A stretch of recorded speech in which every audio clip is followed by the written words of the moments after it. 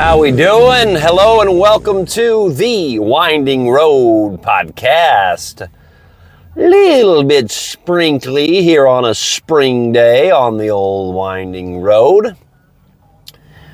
And man, oh man, I like to look at things in like the microcosms of things, and I think if we look in nature, it's a sign of like things to come, after we leave these bodies and everything like that. Or if we look at the sleep patterns, like that was an original thought I had of like, man, yeah, it would make total sense if that's what happens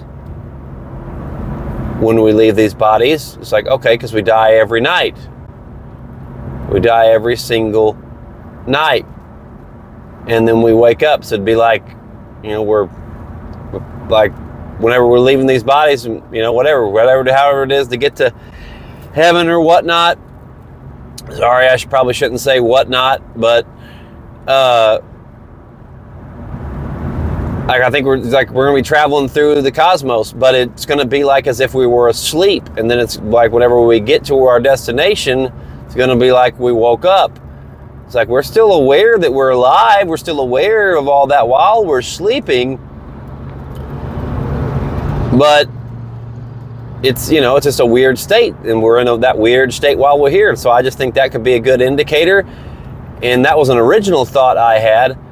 This is not an original thought I had. I wish it would have been my original thought. Kudos to whoever had this, and I saw it online. I apologize that I don't know what the source was, because it was people reposting people's videos and everything like that. So it was like one of those remixes, so I don't know even what the actual source comes from, but man, it was just so profound. So profound. What people who don't necessarily believe in an afterlife and think that this is all there is, all there ever will be, like, it's fine, you can have that. Like I just can't. I don't see it. There's too many things that point in the other direction.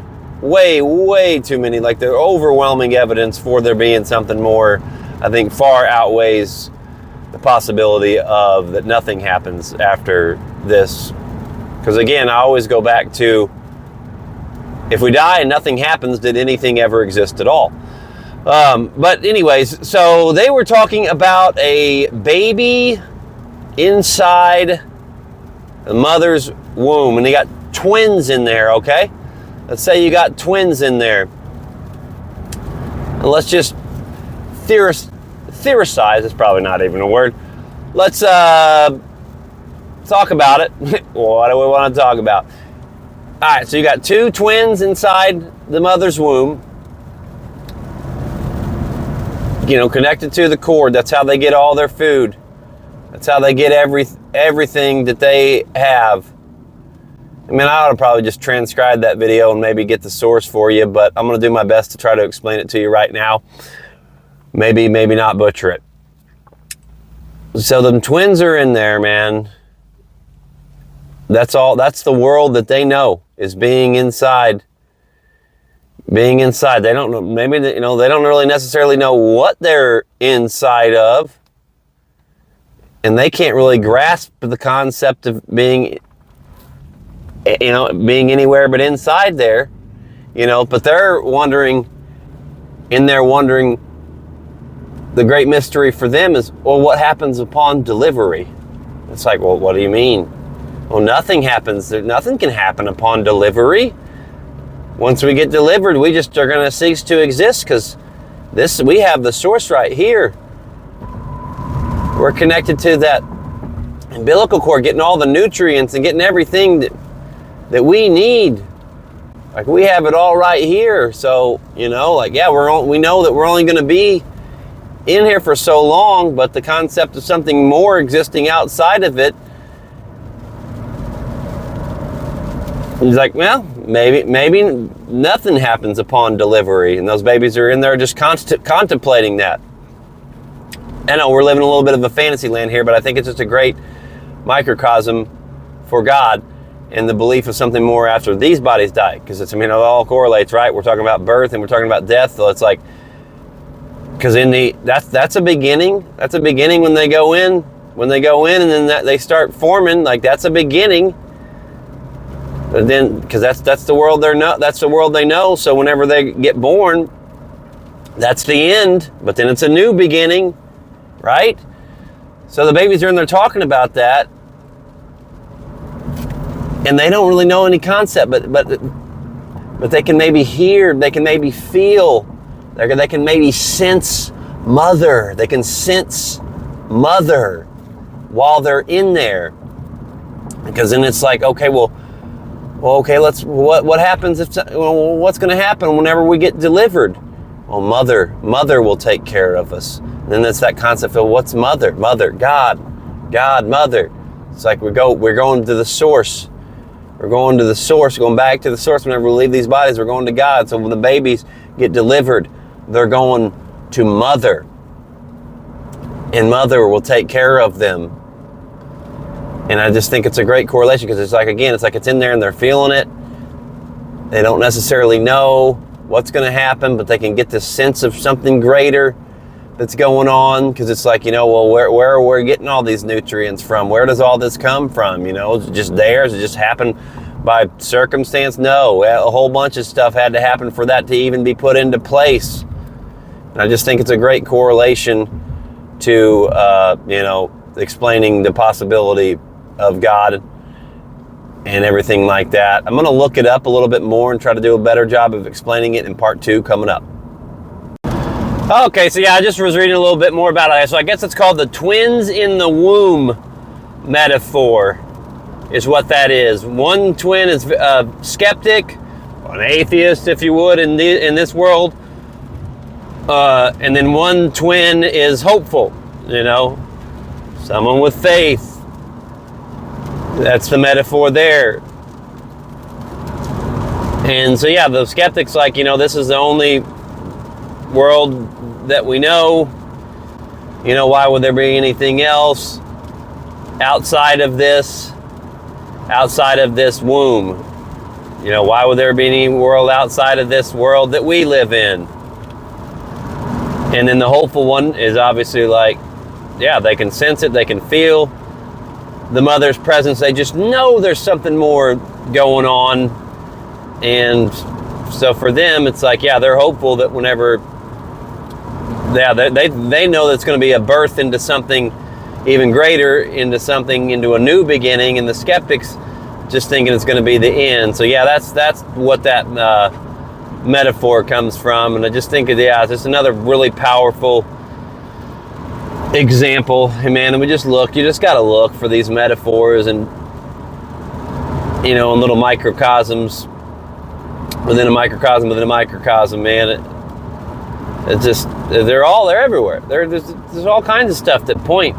I really do think that God, the more, gives us signs from, all kinds of different signs and things that help show us that. Just way too many of them, man. So that's what that was. Part 2, 3, whatever we're on here now. What else has been going on the old mind here? Writing update. Had my book launch. We're off and running. Get yours today. Distant Times. It was a very successful launch. I still got a few books, physical books left from the launch. Didn't quite sell out, but it was close. I mean, I probably ordered way too many for the launch, but I wanted to have more than enough rather than not enough. So, and I was able to get a decent amount without breaking the budget. And so now it's go time and trying to get more signings. And it's like, well, what point do I put out the ads? That's what I'm trying to figure out, because I still only have 12 reviews from the early pre-launch and now a couple of reviews after the launch. And thank you to those people that did that. I greatly appreciate it. I want to get from 12 to 120 to 12,000 to 120,000, It's what we're going for, and every review matters. It really does. But it's like, what point do I put the ads out? Do I need a certain amount? I'm thinking like, I'm gonna maybe just do an ad with my book trailer and just see how it goes. I'm gonna do another one a little bit later. That's the beautiful thing on this is it's like, it's not a time. There's no timetable for it. There really isn't. It's not like it's going to expire. But I can't use that as an excuse just to put it off. I have to keep going and trying to do things, whatever. I'm going to go door to door too. I'm going to do it all, man. Just got to grind and do it. I don't know why I was thinking about this too, just for authors, because it's very tempting to want to give your book away to people that you know. And it's like, maybe it's like I got to make money though, man. I got to make money because I want to get that money to make ads, and they want to support you. They want to pay for that. It's nice. They might go, oh, thank you, but like, no, let me pay for that, and I've already getting people, they buy the book, it's $15 and they give me a $20, and they're like, nope, don't worry about it. Keep the change, and I don't know, man. Maybe that's some good karma coming my way, because that's just how I try to be in life. If I'm supporting somebody, and like something as simple as going up at a ball game or something, and you get different groups of different organizations, charities, or just different any kind of different group, another team, and they're trying to raise money for this, and they get money for their charity by volunteering their time at the concession stand. They get a certain percentage of that by volunteering their time. And so if I know that's happening, and then I get some popcorn, a couple sodas, whatever, and it's like $15, and I hand them a 20. I'm like, keep it, man. I wish you the best in your organization. And like, that's cool, because I asked them a few questions. I talked to them about what's going on, and I'm just like wishing them well. Keep that. Like. And I don't do those things to try to get good karma, though. I just do it because that's just, I don't know, man. I just feel like that's how we're supposed to be. But I do think about every little bit of everything. So yeah, do I think about, well, maybe that's some good karma coming back my way, man. And just good people being good people. And that's fantastic. And it just really, really inspires me to just keep doing this, But giving away your books, just like, I advise authors and stuff, like, don't give them away, man. Like, don't give them away. I haven't given away one single book yet, I don't believe. There's a couple people that I'm not going to let pay for them. I won't do it. There's a few people that I'm not going to let pay for it. I'm just like, no, I'm going to give you this. No. Very, very short list. It's just because, with those people, it's like they've done so much for me that I'm just going to be like, no, I can't let you pay for this. But then it's like family, though, same thing. Family does a whole lot for you. But I don't know, but then they want to pay for it, they want to support you and help you grow. So I let them do it. It's kind of weird. I'm probably not making any sense right now, but there's just a few certain people. It's just like, no, man, I want to give this to you. Yeah, like, hope you enjoy it. But, that would be my advice, is don't give too many away, because number one, like I said, people want to support you. And number two, if you want to keep growing, like, that's how you got to spend. You got to make money to spend money to make money. And so that's what I'm trying to do. And I'm just trusting the process, man, and watching it grow. And I just got to keep going. I'm just going to keep going, and going to keep going forward with it. What else has been going on? I don't know, it's spring. Watch out for the storms. Another round possibly here in the next couple of days as of this recording. It's just weird growing up in the basement. It's like if I'm out now, places if I don't have a basement, or I'm at somewhere without a basement, those storms, man, like, not much. I don't really fear a whole lot. And really, I don't. It's not that I fear storms. It's just that I'd rather not be in places where there's not a basement. I think, and that's just from growing up with a basement. That comfort. It's that comfort level of knowing, all right, if shit's gonna hit the fan here, at least I can get in the basement. So, yeah, I don't know. There is definitely a little bit of fear going on there, for sure. But I don't even know why I'm talking about this. But yeah, it's lightning, man, lightning. I'll tell you it's a quick story about lightning. Like, that is the one thing that it does still freak me out. So it freaks me out, but I'm also just completely mesmerized and blown away by it as well.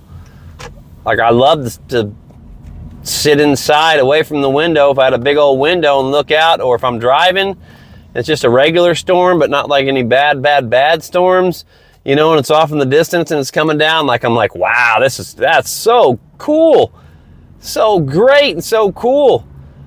But if I'm like, you know, outside stuck in it, or in like a place that has a really tiny thin roof, or you know, or if it's really coming down hard and I'm in my car, like, that's gonna freak me out a little bit, just because that's what happened. Is lightning struck, like, I don't know, 5 feet from my right passenger tire. Yeah, the tire on the right would be the passenger front passenger tire. There you go, front right tire, sure. And it was loud and so bright. And then a couple other times, like just in couple of times in small houses at, you know, friends or whatever it was, and real bad storms is just, you know, and that hits so hard that it rattles the house. Like, freaks me out just a little bit, man. But that's I just really, yeah, other than that, I mean, I don't know, snakes and spiders and all that, like, yeah, they freak me out a little bit, but something about that lightning, man. But I love it, and it freaks me out all at the same time. Like, makes no sense, I know. It's like going to the dentist.